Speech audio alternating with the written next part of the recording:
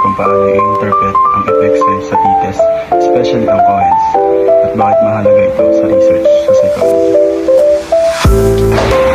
Sa session na ito, matututunan natin kung ano ang Cohen's, paano ito i-calculate at i-interpret, paano ito ginagamit sa psychological research para makita kung gaano kalaki ang effect ng intervention o treatment.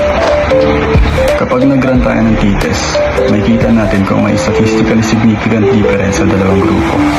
Pero ang p-value lang ay hindi nagsasabi kung gaano kalaki ang difference. Dito papasok ang effect size.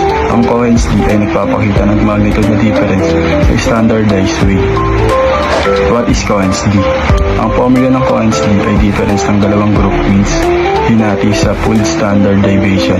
Sa madaling salita, sinusukat ito kung gaano kalaki ang difference ng dalawang grupo relative sa variability ng data. Interpreting Cohen's d. Paano natin i-interpret ang d? Kung d is equal to 0.2, maliit lang ang effect. Halos hindi halata. Kung d is equal to 0.5, medium effect, halos halata na. Kung d is equal to 0.8 o higit pa, large effect, malinaw ang difference at may practical significance. Example in psychology.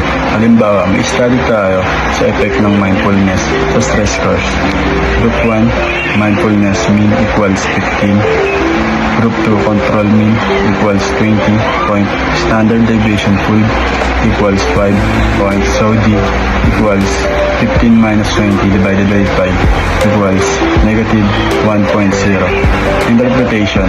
Malaking effect, ibig sabihin malinaw na makakatulong ang mindfulness para bumaba ang stress ng participants. Importanteng tandaan, effect size complements p-value. Kung small p-value pero maliit na d, statistically significant pero hindi meaningful. Kung malaking d, may practical significance.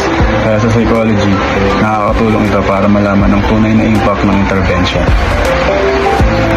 Sa summary, ang Cohen's d ay nagsasabi kung gaano kalaki ang difference sa pagitan ng dalawang grupo. Gamitin natin ang small, medium, large threshold para sa interpretation at laging i-report ang effect size kasabay ng p-value para kumpleto ang understanding ng results.